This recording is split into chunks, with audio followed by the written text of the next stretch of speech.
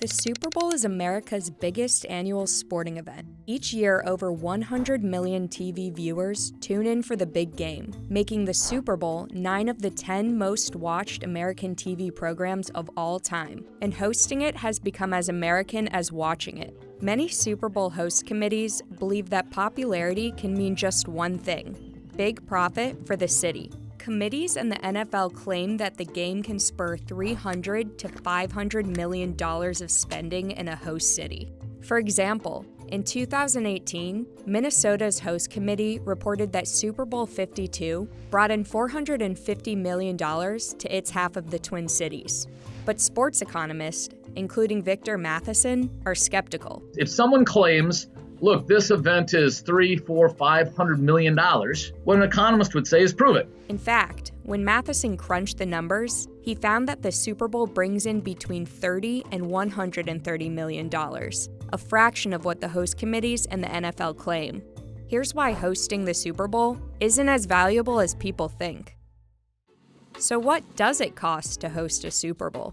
Matheson contends that for some cities, the cost starts with building a new stadium. 7 NFL stadiums were constructed from 2006 to 2017, and by 2019, each will have hosted a Super Bowl. And on average, taxpayers contribute $250 million for stadium construction. They say, look, you build the stadium and we'll bring you a Super Bowl. If the Super Bowl actually brings $400 or $500 million to the city, then all of a sudden handing over $500 million in taxpayer subsidy looks like a pretty good deal. Unfortunately, if the actual impact is a fraction of that, then all of a sudden taxpayers are on the hook for a huge stadium and they're not getting much in the way of help, at least from the Super Bowl, to pay that stadium off. In addition to the stadium, which the NFL uses at no charge, there's also the cost of hosting the event, like public transportation and police overtime.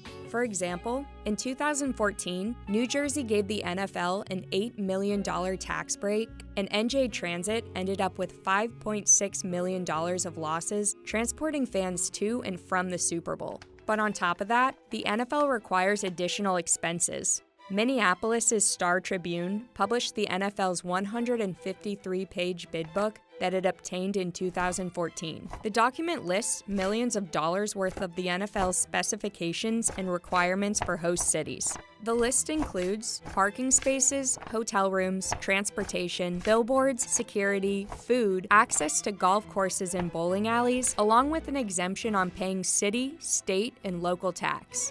That obviously means that a lot less money is sticking in the city. That's all going back to NFL's headquarters. And at that point, the money does get shared. But again, it doesn't get shared with local governments. It gets shared with other 32 team owners. These are high demands, and committees comply under the assumption that they'll make the money back. But just how much of a profit are cities actually making? Well, it all depends on how you do the calculations. Matheson found 3 differences for the disparity. The first is substitution effect, which is when consumers spend money on a sporting event that they would have spent anyway. So it doesn't increase the amount of money being spent, it rearranges the spending pattern. The second is crowding out effect, which is when crowds associated with a sporting event displace regular spending.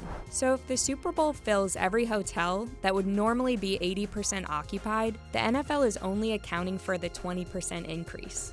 And the final reason is leakage, which accounts for where the money ultimately ends up. Hotels usually increase prices by 3 or 4 times during the Super Bowl, but corporations and shareholders reap the benefits of the price increases, not the local workers. So what you're trying to do is you're trying to pay for tens of millions of dollars of expenditures on really not much in the way of additional economic activity. So you can definitely not come out ahead, at least as a state or local government. In 2008, Glendale, Arizona hosted Super Bowl 42, and the city's mayor told ESPN that the city lost $1 million in the process. In 2016, San Francisco hosted a week of events leading up to Super Bowl 50, which was being held in Santa Clara, and San Fran ended up with a $4.8 million public services bill. We do have some evidence that big events like the Super Bowl or the Olympics at least temporarily cause a surge in happiness. But we need to be careful about that. So if you want to say, hey, bring in the Super Bowl because it makes people happy, That's great. Just don't tell us it makes us rich.